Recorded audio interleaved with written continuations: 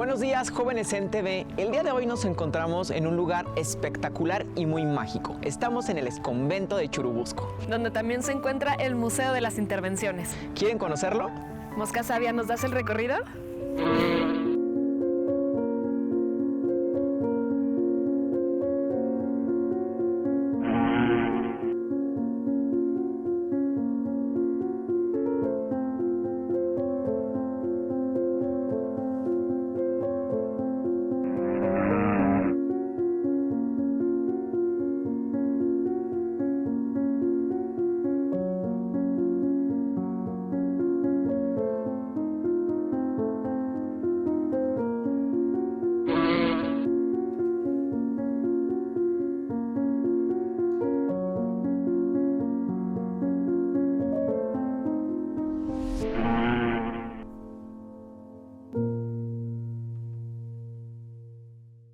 Buen día, amigas y amigos de Jóvenes en TV. Vamos a iniciar la programación del día de hoy, lunes, inaugurando una semana más de reflexión y construcción de conocimiento. Buen día, Matías. Hola, Pamela. Un gusto compartir contigo y con Jóvenes en TV esta oportunidad de echar un vistazo por las páginas de este programa, tan lleno de temas e historias interesantes. El Internet y las redes sociales abrieron una nueva realidad que plantea retos respecto a los derechos y obligaciones de los ciudadanos digitales. Aquí nos enteraremos. En ese mismo tenor, Saberes Digitales nos habla del mundo verde digital y además otro capítulo de arte y tecnología, hoy con el artista gráfico David Lara. Importante para una vida saludable saber cuándo sí y cuándo no, poner límites. Después, cómo abrir el horizonte de experiencias y vivencias con la lectura y sus efectos en el cerebro. Continuaremos entendiendo la trascendencia que ha tenido la fórmula más famosa de la historia, tanto en la ciencia como en la vida. ¿Ya sabes a cuál fórmula nos referimos? No te la pierdas. Conciencia Histórica comienza su tema de la semana relacionado con el complejo tema de las drogas, el narcotráfico visto desde la perspectiva de la historia. La primera entrega de la serie se titula La pipa de tabaco. Así de interesante la programación de Jóvenes en TV. Comenzamos.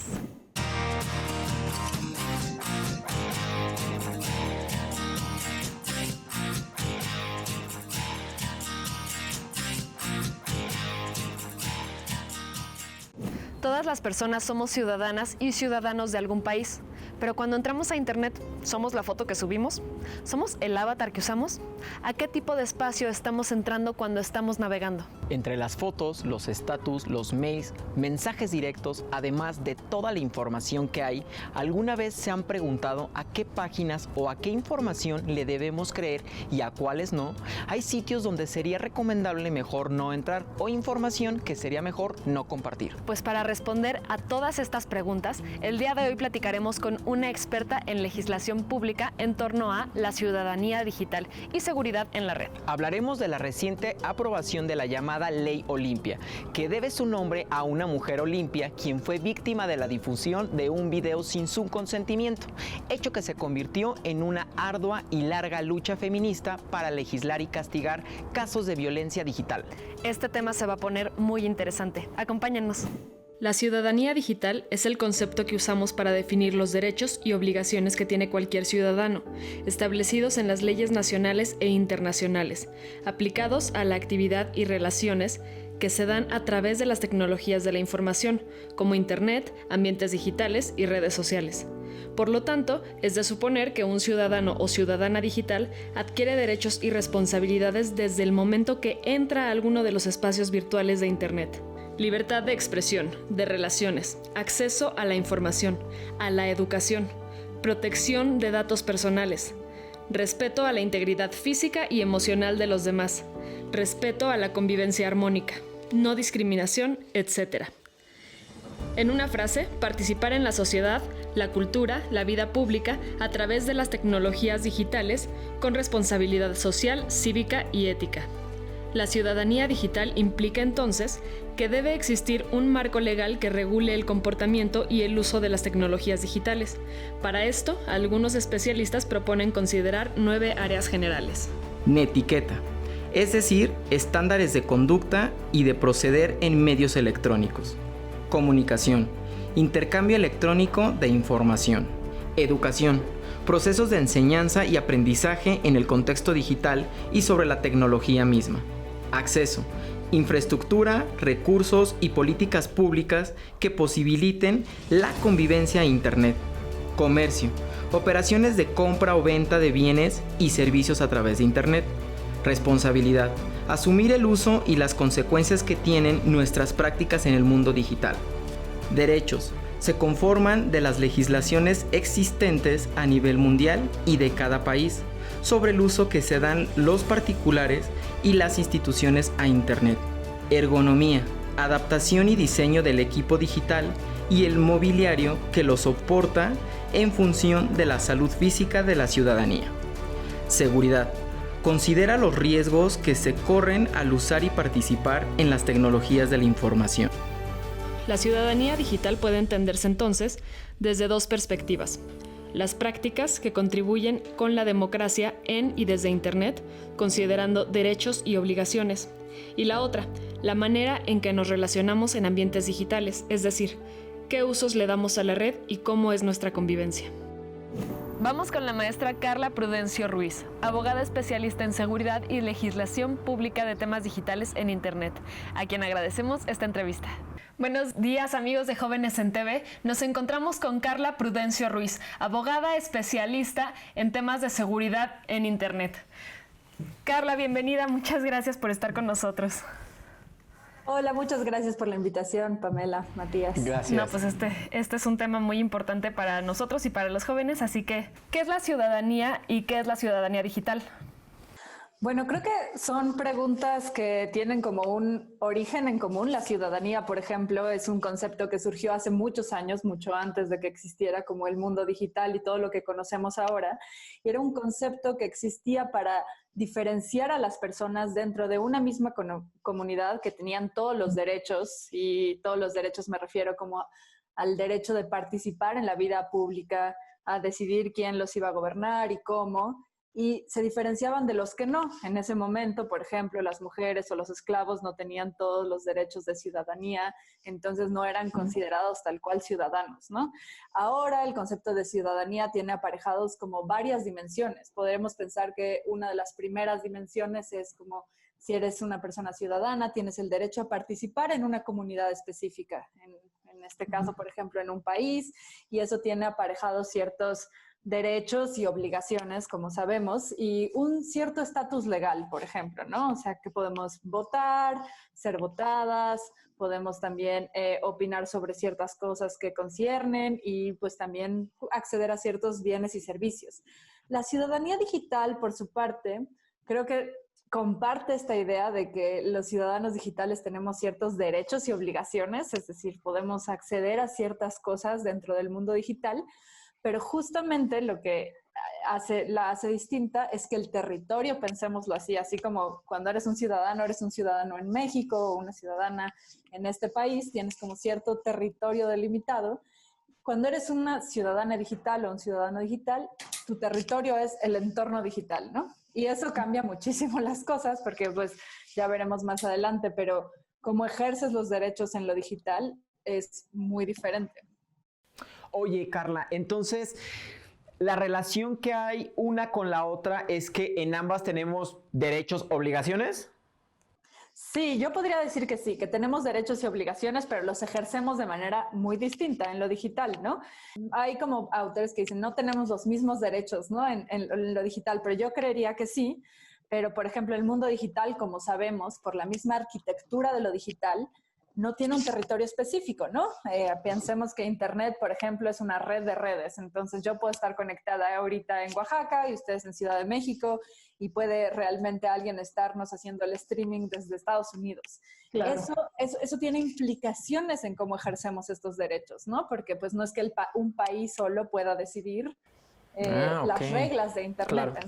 Oye, Carla, ¿y cómo se rige el ámbito digital legalmente en el mundo y en México? Pues mira, en México tenemos como varios ejemplos, ¿no? Hubo una reforma constitucional en 2013 donde se vieron como el acceso a Internet, por ejemplo, y a ciertos derechos dentro de Internet, a tener una política digital inclusiva en donde todos pudiéramos participar, en donde el acceso a Internet era un derecho. Entonces, como que esa es una manera como de empezar a regirlo. En la Ciudad de México, por ejemplo, hay una ley específica de la ciudadanía digital.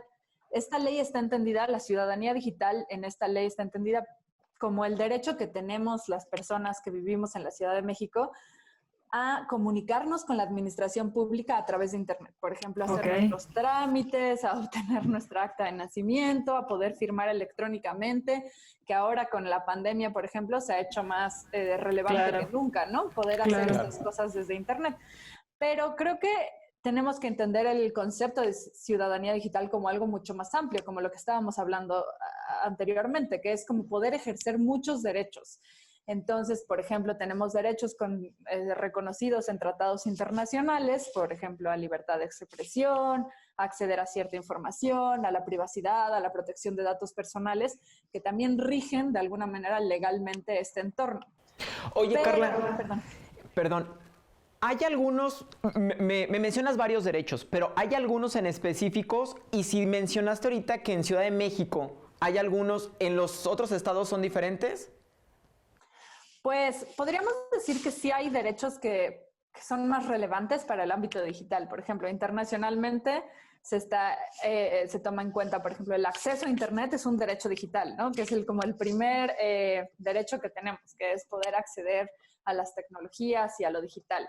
El segundo podría ser libertad de expresión, derecho a la privacidad, a la protección de datos, pero quiero que entendamos que todos nuestros derechos como humanos también aplican en el Internet. O sea, nosotros también somos como ciudadanos, y por eso está el concepto, dentro del Internet y mientras estamos utilizando las tecnologías digitales, ¿no? Entonces, por ejemplo, el derecho a una vida libre de violencia también aplica dentro del Internet, ¿no? Entonces, yo pensaría, y creo que es importante que lo pensemos así, que todos tus derechos humanos también aplican en línea.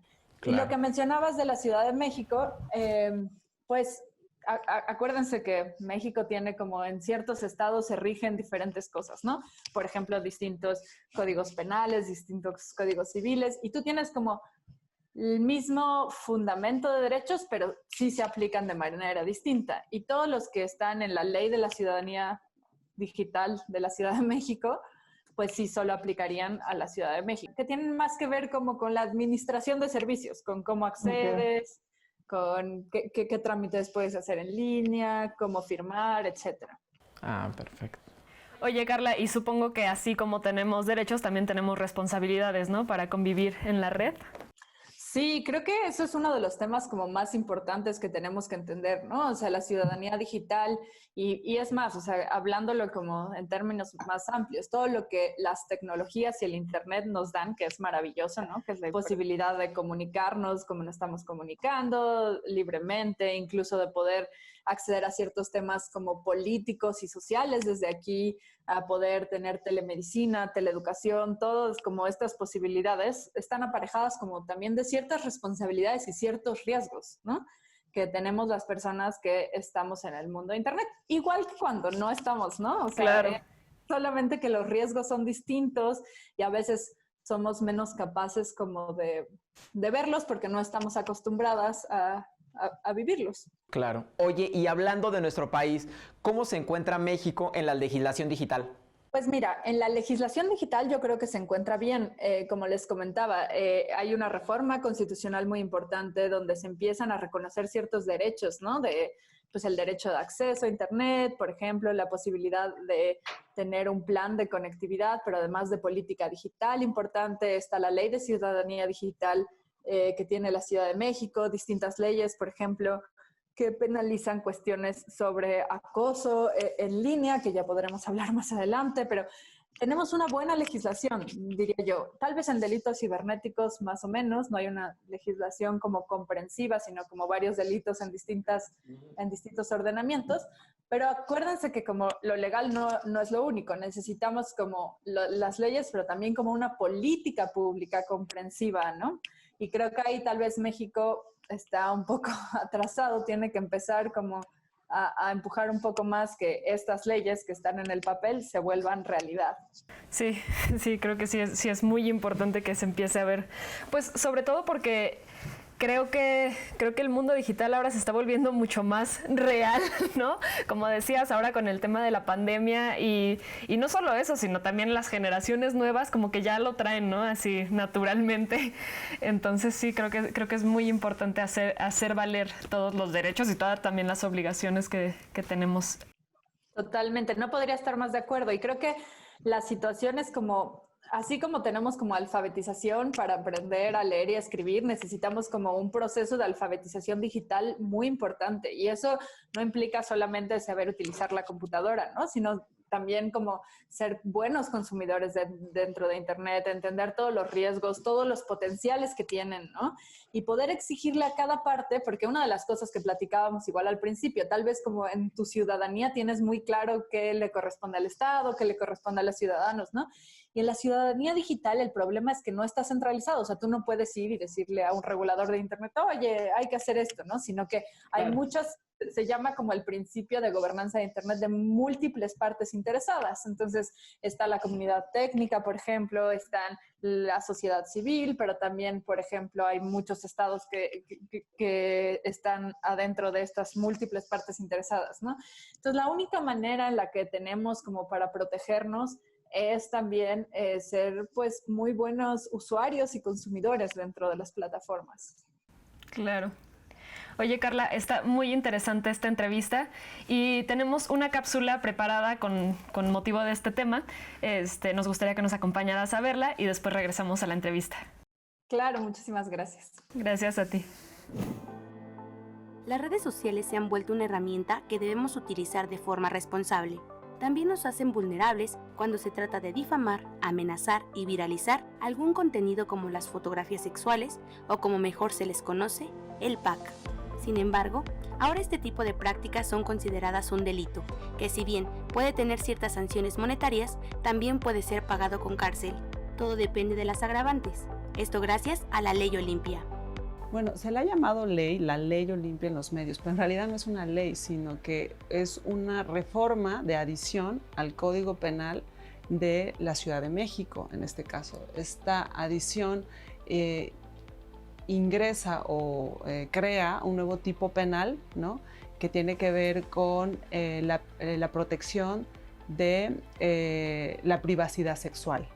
Y es una iniciativa que se impulsó primero en Puebla, ¿no? Hay una conducta que se sanciona con 4 a 6 años de pena de prisión, ¿no? Y hay agravantes dependiendo del vínculo que tenga la persona que difunde videos con contenido sexual. Estas agravantes dependen de la cercanía que se tenga, una relación de parentesco afectiva o que la víctima sea menor de edad y los videos o fotografías sean difundidas.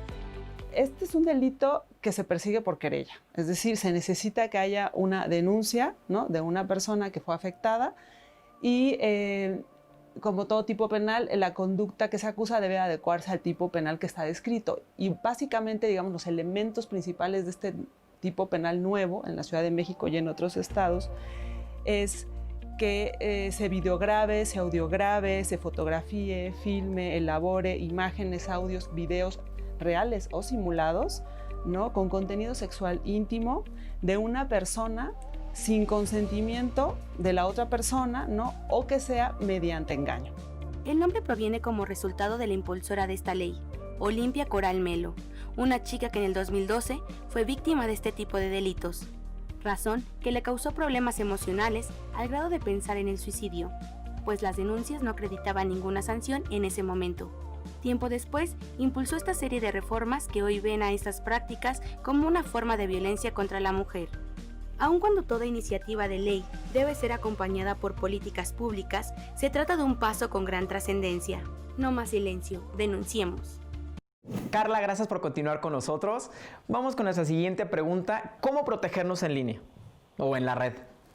Pues creo que hay como distintas como consejos muy básicos, ¿no? Por ejemplo, o sea, muchas cosas de las que pasan en la red tienen que ver como con la vulneración de datos personales, con compartir información de más, con no tener buenas contraseñas, por ejemplo. O sea, una de las principales cosas que te dicen pues, personas que ven seguridad de las redes, lo que mejor te protege es tener una buena contraseña, que nadie tiene, ¿no? Todos tienen así, Osito Panda 1, y la tienen para todas sus redes, y entonces sí, claro, te cachan una y ya te hicieron la cuenta de banco, los correos, todo. Entonces tienes que tener contraseñas distintas, muy seguras, eso implica números, letras, guiones que sean muy difíciles de adivinar. Entonces empieza desde ahí porque es interesante, pero las vulneraciones a la seguridad en línea, la mayoría son por ejemplo, adivinar una contraseña o mandarle justo un mail que la persona abra. O sea, son unas cosas que se llaman ingeniería social. O sea, ni siquiera es que se metieron a tu compu desde lejos y la hackearon, sino que pues te mandaron un mensaje de abre este mensaje porque te voy a dar 10,000 pesos y tú lo abriste, ¿no? Entonces, tienes que tener mucho cuidado con cualquier información que se vea pues sospechosa, nunca tener citas offline, que era un poco lo que decía Pamela. Si puedes verificar en 2 pasos, pues verificarlo, cerrar siempre tus sesiones, no dar información personal, al menos de que sea absolutamente necesario. Todo eso, pero creo que lo más importante pues es entender como estos delitos y entender que estás vulnerable, ¿no? Y eso te va a hacer estar alerta a cualquier cosa que pase en línea. O sea, ¿a quién puedo acudir si soy víctima de violencia digital? Está como la Policía Cibernética de la Comisión Nacional de Seguridad, que creo que el número telefónico, no me hagan mucho caso, pero creo que es 088, opera 24 horas al día, los 365 días del año. La puedes contactar por número telefónico o incluso por Twitter, están ahí en Twitter, o a un correo electrónico. Y también está la Policía Cibernética de la Ciudad de México, que también opera de la misma manera. Existen mecanismos de denuncia con estas 2 policías. Y creo que también es importante que entendamos, justo como decíamos anteriormente, que hay muchas partes que tienen responsabilidad en línea. Y, por ejemplo, si te pasa una vulneración en alguna red social, Facebook, Twitter, no sé, la que utilicen, TikTok, las mismas empresas o estas redes sociales tienen ciertos mecanismos de denuncia que tenemos que utilizar, ¿no? O sea, tenemos que ir y denunciar dentro de la red social porque la empresa también se tiene que hacer responsable porque tiene una responsabilidad en los contenidos que deja que se vean, cómo se ven. Entonces, pues yo vería dónde estoy siendo vulnerada, iría a hacer esa denuncia, la Policía Cibernética, y ellos nos irán indicando qué pasos necesitan hacer y qué información tenemos que guardar, por ejemplo. Carla, desde tu opinión, ¿qué crees que le hace falta al mundo y a México en concepto de legislación digital? Híjole, creo que esa es una pregunta difícil. Creo que lo que nos hace falta, por ejemplo, a México, y ahí podemos tener como experiencias comparadas de lo que se ha hecho en otros países, es como una serie de principios o derechos que tenemos los usuarios digitales que nadie puede como quebrantar, ¿no? Y, por ejemplo, en Barcelona está la Carta de Derechos Digitales de Barcelona, Canadá tiene una parecida, que habla pues de cómo nos van a tratar en línea, cómo van a tratar nuestros datos, qué derechos tenemos, y eso le habla a todos los interesados, ¿no? O sea, las empresas que siempre están como también vendiendo nuestros datos, teniéndolos incluso de personas menores de edad, ¿no? Entonces, como toda la información respectiva a qué derechos tienen todos, ¿no? Para nosotros. Entonces, yo pondría como una serie de principios, porque también es muy difícil pensar en una legislación grande y muy específica. Piensen que también las tecnologías cambian todo el tiempo, ¿no? Y todo el tiempo estamos viviendo nuevas cosas y entendiendo nuevas cosas. Y la ley a veces es un poco lenta para estos cambios. Entonces, en vez de como una ley muy específica, yo diría como una serie de principios, de derechos que todos tenemos y que podemos ejercer. Eso me parecía muy importante. Oye, Carla, y ya para terminar esta entrevista, ¿nos podrías platicar un poquito sobre la ley Olimpia? Sí, claro. Bueno, la ley Olimpia no es una ley como tal, sino como que es un conjunto de reformas legislativas que se hicieron en varios estados, ¿no? O sea, lo que les comentaba, que ya en 17 o 18 estados, por ejemplo, ya se castiga la violencia digital y se sanciona en línea, y tiene que ver con esta ley Olimpia, que es como, pues sí, tal cual, muchas reformas en los códigos penales para reconocer la violencia en línea, y es una ley bastante interesante que surge a raíz de una mujer, Olimpia Coral, que tuvo una vulneración en su intimidad. Alguien compartió uno de video íntimo en línea y todo lo que eso implica, el acoso, el hostigamiento, ¿no? O sea, sin su consentimiento, y que creo que eso es súper importante, porque muchas veces lo que decimos es, pues es que no hay que compartir videos. Bueno, o sea, depende, ¿no? O sea, ya estamos estamos en esto. Lo que no hay que hacerlo es sin el consentimiento de la persona. Claro.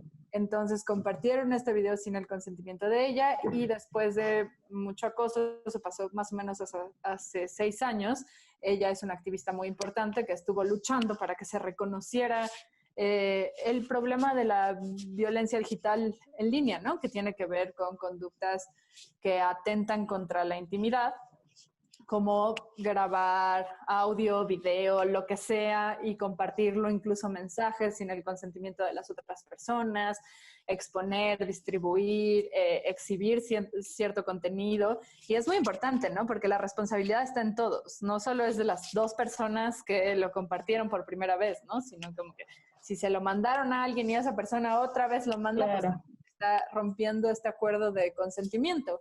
Y todos los que lo ven, los que se ríen, los que acosan. Entonces la ley Olimpia ha sido muy importante para poder codificar esto. Solo yo creo que es importante que entendamos que no hay que darle todo el poder o la importancia a las leyes, sino que las leyes tienen que ir acompañadas como de un cambio importante en cómo entendemos estos derechos digitales, ¿no?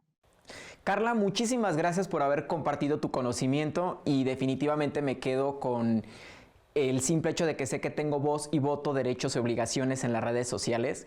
Y oye, pues para seguir compartiendo y sabiendo más de ti, ¿puedes decir tus redes sociales para contactarte, hacerte alguna consulta?